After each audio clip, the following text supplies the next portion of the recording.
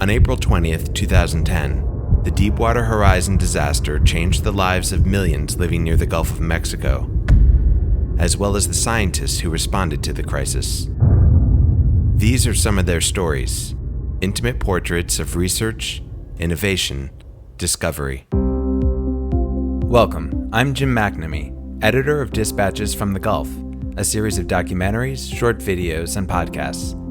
Over the next few episodes, we're going to be hearing about a research voyage that occurred back in January 2016. The project's nicknamed Laser in a particularly flexible example of acronym gymnastics. Its name is the Lagrangian Submesoscale Experiment.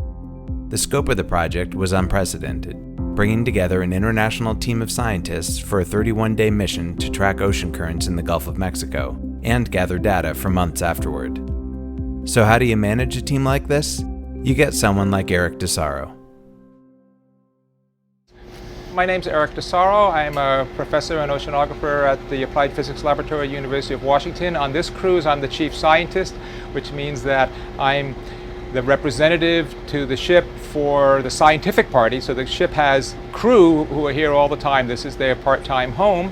And there's a science party which switches for each experiment, and I'm the chief of the science party, so I'm in charge of what the science party wants to do, and then the ship gets to decide if we can really do that, and there's a little negotiation, and that's just the way it works. These are good people. You know, my job is more to say there is a problem and then figure out who's going to solve it, and then they'll solve it, because they're good people.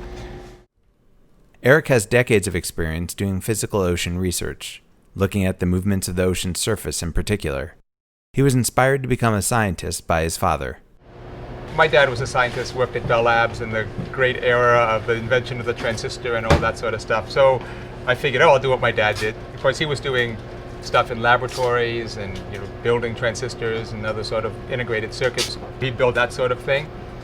But then as I went along, I decided, wisely it turned out, that working on things where the world was bigger than you. Physicists, they look at some little thing in a little bottle somewhere, while people that work on the environmental scientists are looking at the world around them.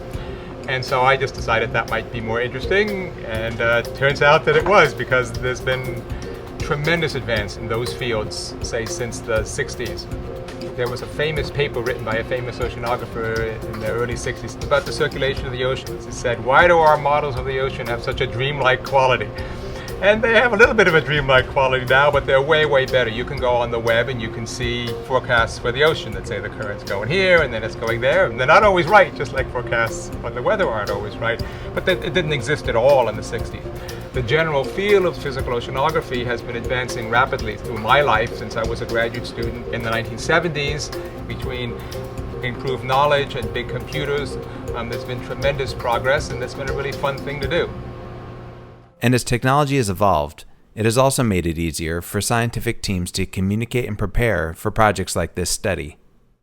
A lot of times you focus on the sort of heroic lone scientist, but that isn't really the way it works at all. What we do is always got teams in it. We have to work together as a team because there's too many skills you need to get this work done. You of course need a ship, and you need the people who are driving the ship, and you need the people that are keeping it going, and if there wasn't any cooking, we wouldn't do anything because we couldn't work. People have to keep the engines going.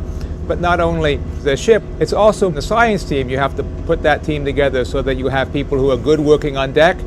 You have people who can stay up for long periods of time if that needs to be done. You have people who have high-level skills, and you have people that can keep the instruments going. That's really important.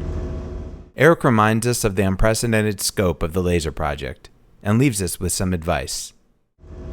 I think as a scientist, it's really important for us to keep a couple of things in our minds. One is a sense of wonder about what we're doing. The ocean's really complicated. It's really important for weather. It's really important for resources, and it's full of mysteries. And so it's important for us as scientists to maintain our sense of mystery and excitement about going out and doing this.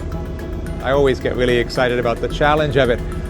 It's also important to remember that it's really a privilege for us to come out here. I mean, here I am using, the team here has got airplanes, it's got 2 ships, it's got models, and we're all working together, and it's a real privilege for me to work with these people. And from my point of view, I really feel a great responsibility to try to make it come out successfully, and a responsibility to all these people that are working hard. So it's always exciting, and it's always different, and different challenges every time. Today, thousands of scientists, oceanographers, chemists, engineers, biologists are all working together to develop newer and better ways to understand and ease the impact of oil spills.